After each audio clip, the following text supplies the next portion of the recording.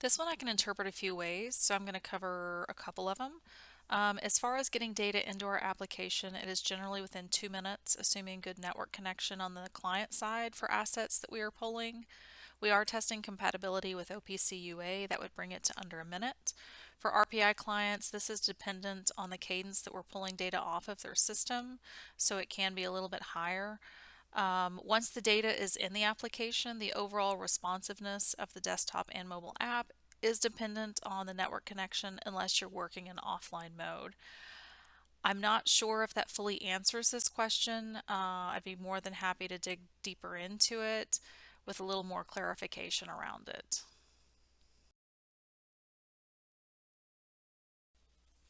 The short answer is yes, we do have a demand scan feature for things that we are pulling. If it is something that you are pulling, we don't currently have that for like an RPI client that just has a historian. But for anything that has demand scan abilities from the device, you would simply go up and click demand scan, and that is going out to the device and pulling back current values. I'll give it just a second and I'll show you what that looks like once it's completed. Okay, so once it is finished, it lets me know that the demand scan was complete and it shows all of those new values that have come in. Same thing with a write down. If I wanted to do a write down, I would have that functionality by clicking, changing the values, and sending something down.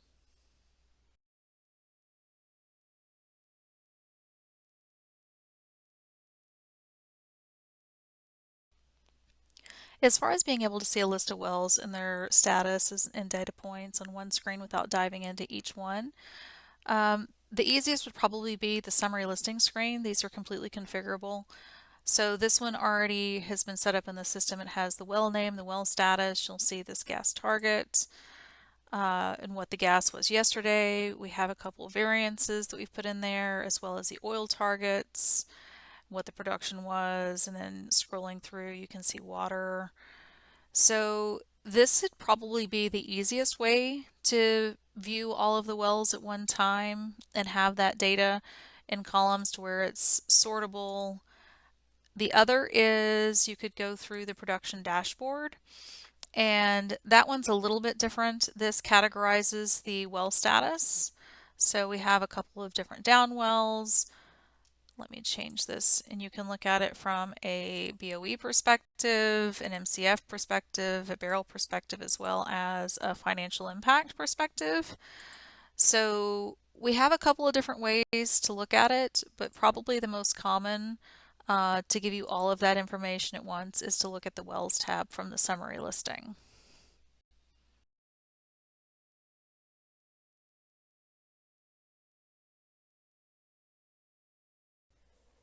As far as being able to see roll-ups, we have a couple of different ways that you can do that from the summary listing screen. The first one is to be able to group things by hardware type or by lift type, by pad, depending on how you want to see it. So if I click on pad, now all of those devices within this group are rolled up underneath the attribute of the pad, and you can see the devices that are within that pad, and then down here at the bottom you have a summarization of all of those tags. And this is completely customizable as far as what all tags are brought to here. The other would be looking at it from a system balance perspective. And that would be identifying anything that are inlets and outlets and having those pulled to the summary listing. And that way you can see that data showing the inlets and outlets and the totals of both of those.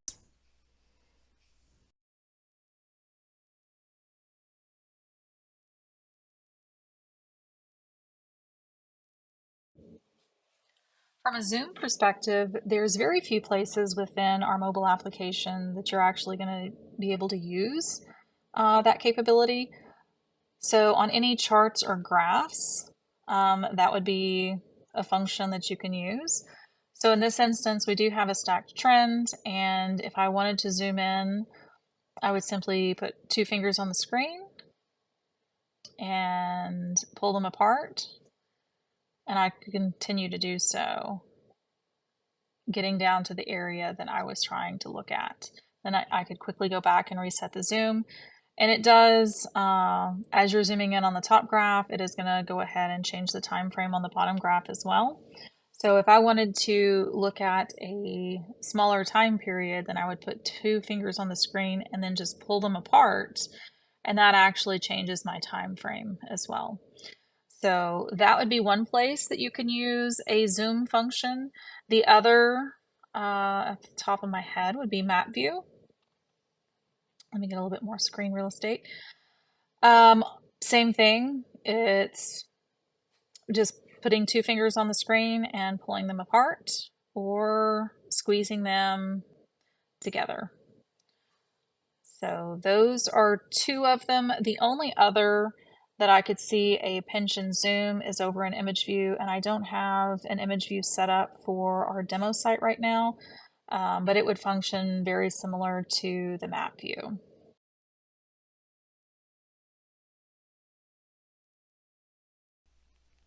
As far as what the battery navigation experience looks like, from the summary listing, you would click on tank batteries. And in the demo site, we have two set up right now.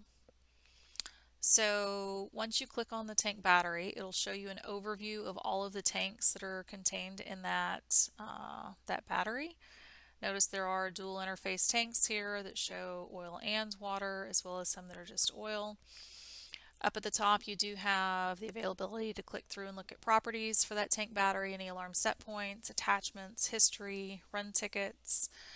But to drill through to an individual tank, you would just simply click on it and you get more information that's just about that single tank. Same thing, you have properties for that tank, alarm set points, attachments, history, run tickets, etc. I do think it's good to see what that mobile experience would look like as well. So give me just 1 second, let that load. So from the battery perspective, again, you would have the overview of all of the tanks, and you can click on one of them, drill through, and have all of that information for that individual tank.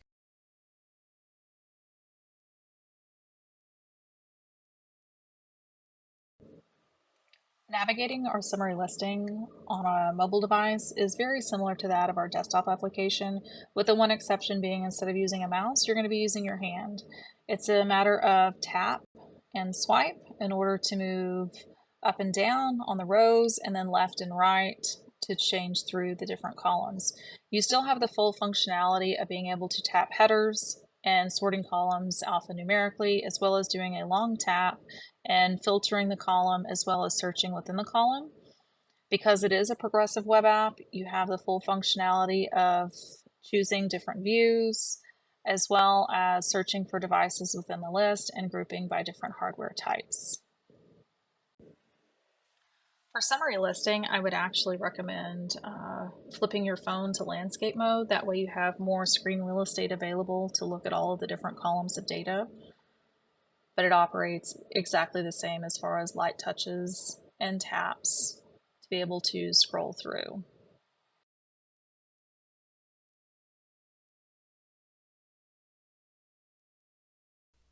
As far as being able to see note and reason codes quickly at a high level, here on the summary listing screen, you can actually do that fairly easily. The reason codes, what we could do is set up a manual entry tag, and once that manual entry tag is available and populated, we could go ahead and add a column for the reason codes here, or we could do it via a attribute. Once that attribute gets added, then we can pull that column in.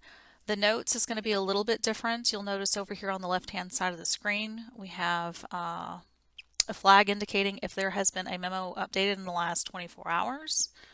So I'm going to go ahead and just do a test note and save it.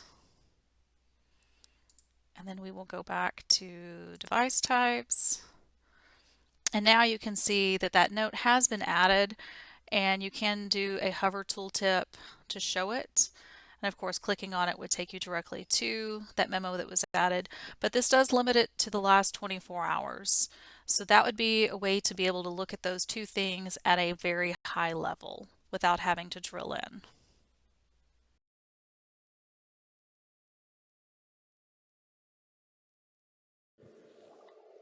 As a user is utilizing our application, whenever they do have internet connectivity, we're storing things locally on their phone so that they have access to it whenever they are in an offline mode. So let me go ahead and go in and show you what that experience is going to look like for an offline mode. Let me toggle it off. And this isn't something a user is going to have to do, it's going to automatically occur. What you'll notice first is in the menu, as far as the functions that are available, it has been reduced down to those core functions that a user is going to need in an offline mode in the field. This is going to still allow them to add memos, tank gauges, run tickets, do manual entry, and fillable forms. So let me look at this Acme 3539H. If I wanted to, I could come in and I could add a memo. And now that is stored locally on my phone, as well as if I needed to go in and do some manual entry, I could say my casing pressure has changed. Let me go ahead and update a tubing pressure. And I'm going to go ahead and do a choke. Now that I have all of that information, there's this green button as far as a save. I can hit save, and it lets me know that those values have been stored locally on my machine. And before I jump into forms, let me go back to summary listing. I want to walk through as well what it looks like to do a run ticket. Let me get a different group. All right, let me go back to the group hierarchy, and I'm going to choose device types group where I know I have a couple tank batteries. So once I click into this Tableau tank battery, I have the option to go ahead and add either a run ticket or a memo in the upper right hand corner of the screen. I'm going to go ahead and click on the run ticket, and I would be able to fill in what tank it is on, my first measurement, my second measurement, all of the conditions, what the estimated haul is, as well as to add any images of that run ticket if I wanted to. So that would be how a user would enter a run ticket. And lastly, I want to talk about forms. Forms are completely customizable to every customer. And this one, we have a well inspection that has been added. So I'm going to add this and go in, fill out all of the information that is required of the form, enter any notes as well as any attachments, and then I could go ahead and close that form and hit save. And again, it's stored locally on my phone and is now ready whenever I do have internet connectivity. It would be uploaded into the application.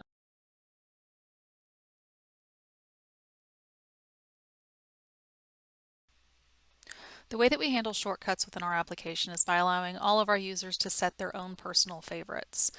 Over here in the menu on the upper left hand corner of the screen, I can click it. I don't currently have anything added, so let me walk you through what that would look like for a user. Every single screen within our application, if it has the star icon in the upper right hand corner, it can be added to a favorite. So from a workflow perspective, you could set your own workflow.